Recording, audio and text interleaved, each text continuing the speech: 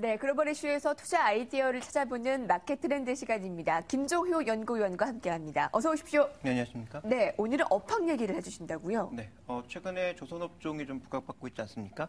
조선업종에 대한 전반적인 트렌드를 한번 점검해 보면서 과연 이제 투자를 할 만한 시점인지 점검을 해보도록 하겠습니다.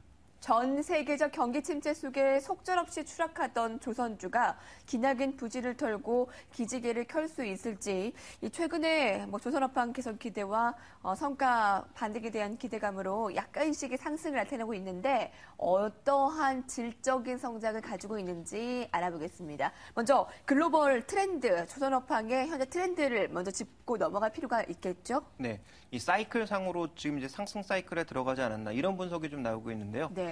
먼저 클락슨 신조선가의 흐름을 보시면 반등폭은 굉장히 미약합니다. 그런데 2009년도 가장 좋았을 때 높이가 190이 넘었거든요. 근데 지금 126에서 117까지 아주 소폭 올라온 상황이죠. 그런데 고점 대비해서 30% 넘게 조정을 받았고 이것을 시간론으로 봤을 때 조선가 사이클이 항상 6년을 기점으로 해서 반전을 보였다라는 점을 지적해주면서 이제는 하락 사이클에서 벗어나서 2013년부터는 서서히 상승 사이클로 하반기에 들어가는 것이 아닌가라는 분석이 최근에 나오면서 네. 조선 가격도 조금씩 움직이고 있는 상황이고요. 그 다음 살펴봐야 될 것은 발주량인데요.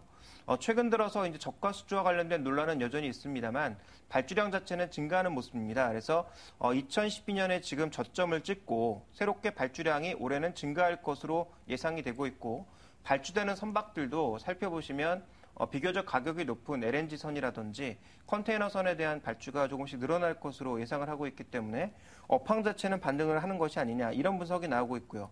전체 지금 이 업황상에서 봤을 때 또 하나 나타나는 특징은 조선소 숫자가 지금 2008년도를 고점으로 해서 꾸준하게 감소 양상을 보여주고 있습니다. 이 조선소 숫자가 줄어든다라는 것은 중국의 저가 조선소들, 중소형 조선소들이 빠르게 구조조정되고 있다는 얘기고요.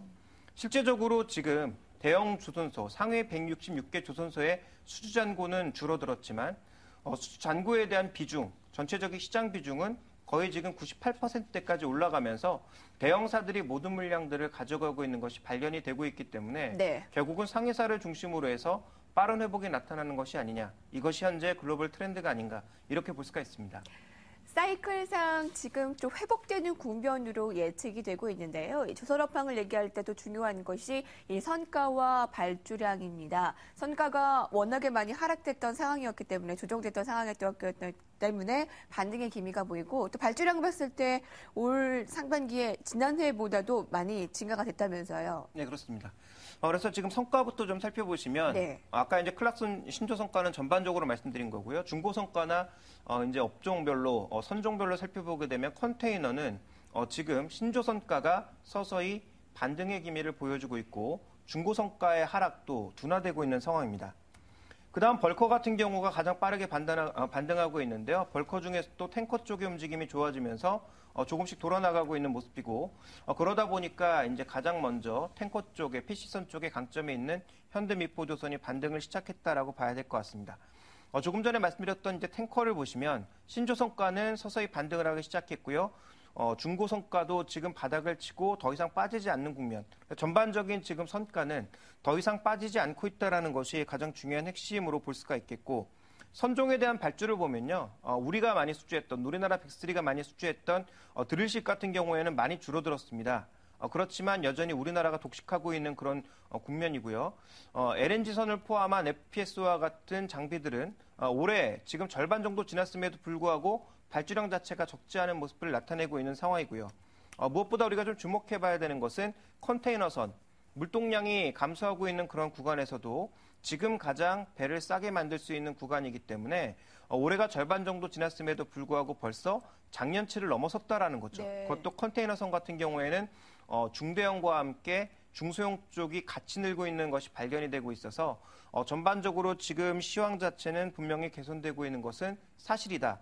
문제는 얼마의 가격에 수주를 할 것이냐였는데 상반기에 저가 수주가 주류를 이뤘다면 이제부터는 저가 수주를 삼성중공업을 중심으로 거부하고 있는 그런 모습을 나타내고 있다는 점도 핵심으로 볼 수가 있습니다. 네, 지금 조선업황의 트렌드를 살펴봤는데요.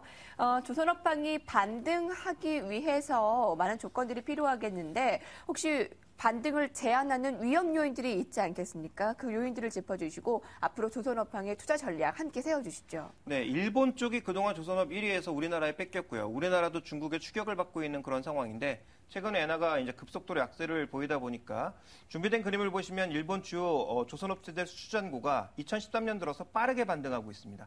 그래서 이런 물량들에 대한 경계감이 좀 필요한 것 같고요. 조선업체 신규 수주가 지금 보시면 말씀드렸던 대로 2013년부터 크게 선종을 가리지 않고 회사마다 증가하고 있는 국면이거든요. 그런데 그나마 다행인 것은 현재 일본에서 늘어나고 있는 것은 컨테이너선 일부와 함께 벌커 쪽입니다. 그러니까 우리가 주력으로 삼고 있는 뭐 드릴십이라든지 FPSO라든지 LNG 쪽은 아니어서 우리 시장의 전반적인 흐름은 상대적으로 제한적일 것으로 예상이 되고 있는데요. 자, 그렇다면 전략상으로는 어떤 접근이 필요할까요? 가장 이제 중요한 접근 흐름 방법은 결국은 어느 정도 반등을 시도할 가능성이 있다. 업황 회복 근거가 나타나고 있다는 것을 주목해 보실 필요가 있겠고 유가가 올라서 좀 부담 요인이 있지만 실제적으로 후판 가격이 빠르게 떨어지고 있기 때문에 수익성 측면에서도 어느 정도의 반등 요인이 존재하고 있다는 점. 금리가 상승하고 있는 국면에서 선주들은 지금 발주하지 않으면 나중에 더 높은 가격으로 발주할 가능성이 있다는 점에서 빠르게 발주를 서두르고 있는 국면이죠. 그래서 조선업종에 대한 투자 전략은 단기는 여전히 트레이딩 국면이지만 중기적으로는 대형 빅3를 중심으로 매수 관점으로 봐야 될 것 같고요. 아주 긴 장기로 봤을 때는 이번에 저가 수주 물량이 많기 때문에 수익성과 관련된 논란이 있다는 측면에서 장기는 조금 지켜보셔야 될 것 같습니다. 탑픽 쪽으로는 삼성중공업을 가장 중심적으로 보고 있고요.